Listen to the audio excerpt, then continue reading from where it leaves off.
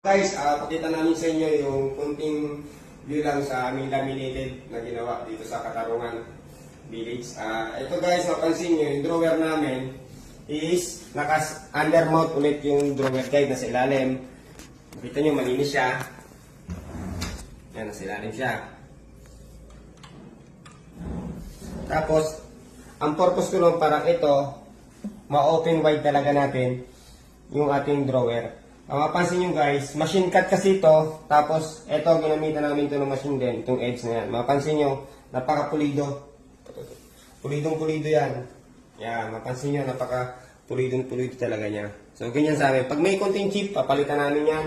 Tapos ito guys, naka-soft close.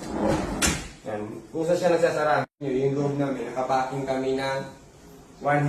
Mapapansin mo, pagtutok mo. So, malinis yung loob niya. Yan. Napakalinis. Makikita nyo, walang kaya. Nakabaking kami ng 1/2. Tapos ito, shelves ko, bumabol yung mga shelves. Parang pwede ilipat-lipat. Lahat yan. So, gumamit kami dito ng stainless hydraulic hinges. So, stainless siya. 304. Saka, soft close din yan. Yan, soft close lahat.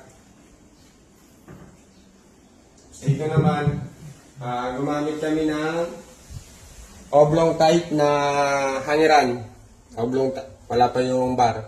Kulang pa yung bar. Pero aluminum ilalagyan namin dyan. So, oblong siya para mas matibay. So, thank you.